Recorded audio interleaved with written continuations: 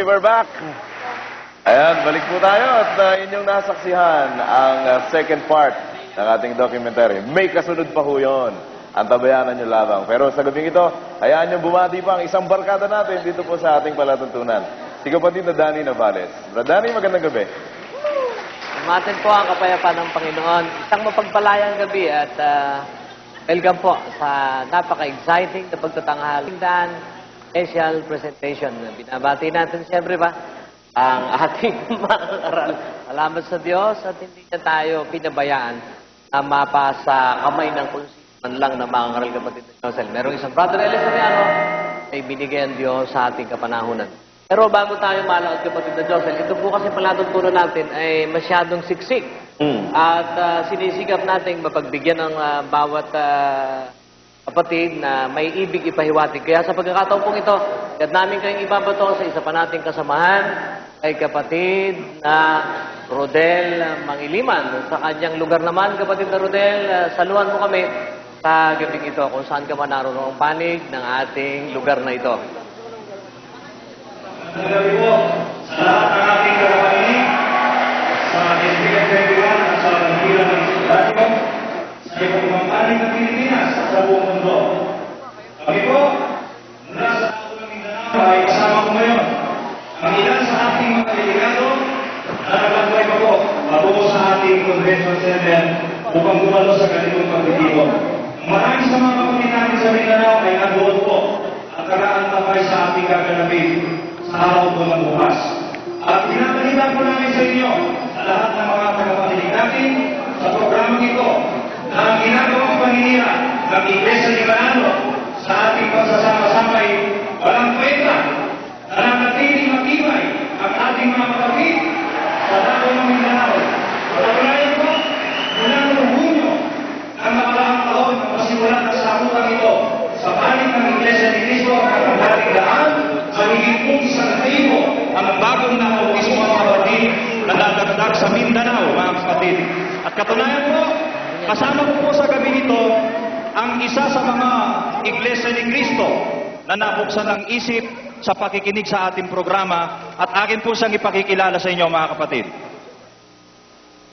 Ako po si kapatid na Antonio Kahukol na dati pong Iglesia ni Cristo ni Ginoong Manalo.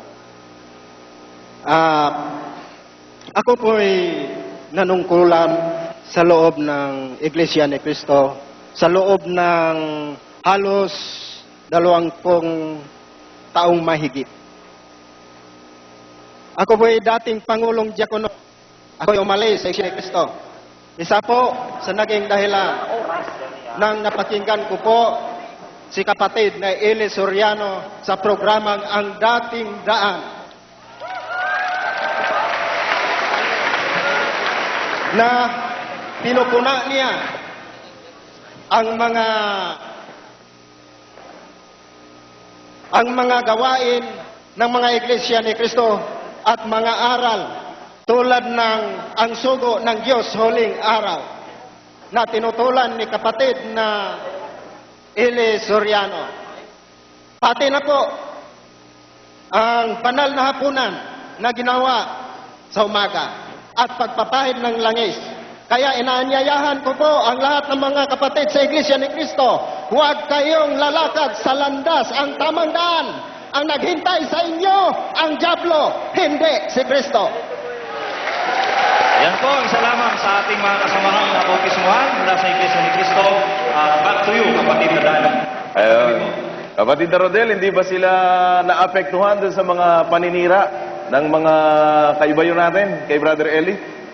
Wala pong epekto yon sa ating mga kapatid sa Mindanao. Lalo lang silang tumitibay sa mananampalataya at sumisigla. Dahil ang mapatunayan po nila ang malaking pagkakaiba ng ating samahan sa Iglesia ni Cristo.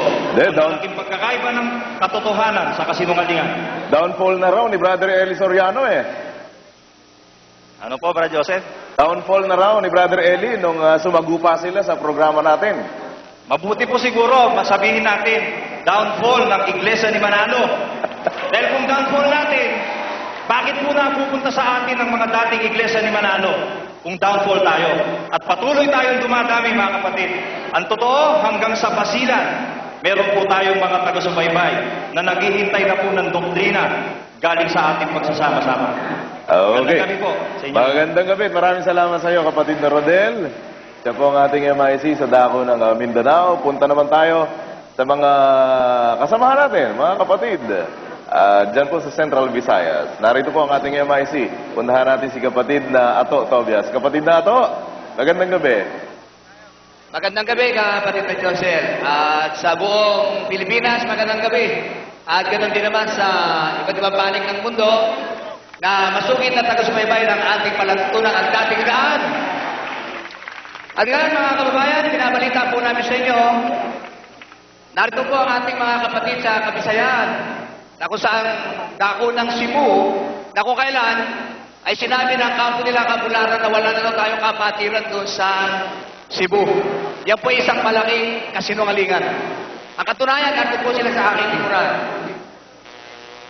At ipakikilala ko sa inyo, ang isang dating membro ng kanilang iglesia, kay Ginoong Manalo, ito po, nandun po sa aking tabi. Si kapatid na Rode Salahid. O, kaya, yung kanilang mga ginagawa paninira, wala po epekto sa ating yan, sa ating mga kapatid sa Kabisayaan. Nakikita nila, yung lahat ng kanilang mga mali pagtuturo, kaya lalo naman silang nagtutubibay dito sa ating pagsasama-sama. Salamat sa Diyos. At muli, binabalik ko sa iyo, kapatid na Joseph. Okay, maraming salamat. Magandang gabi po sa inyo dyan, kapatid na Ato.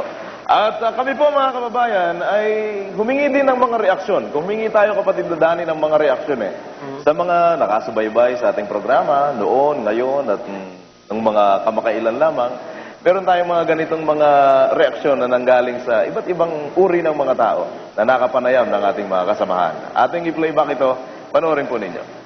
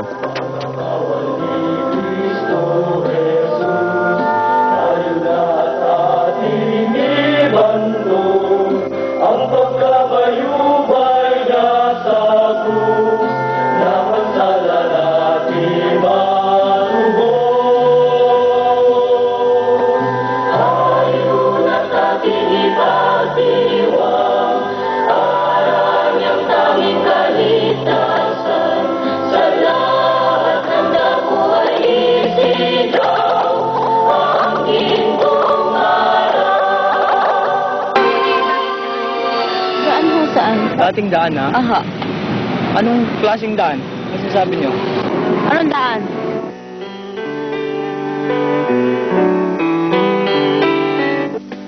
Dating daan po.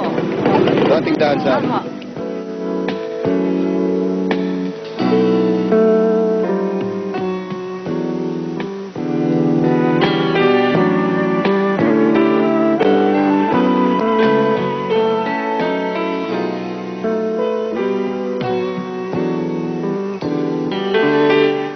Daan ng ano?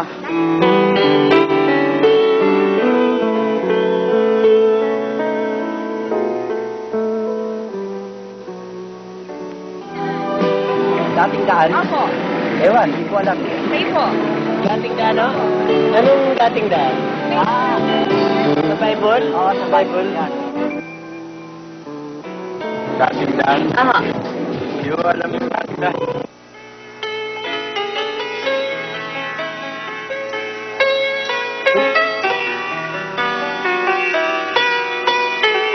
Ngayong nakasumpong ka ng mabuti, huwag kang magpatumpik-tumpik, huwag kang magpa-delay-delay, huwag kang magpabukas-bukas.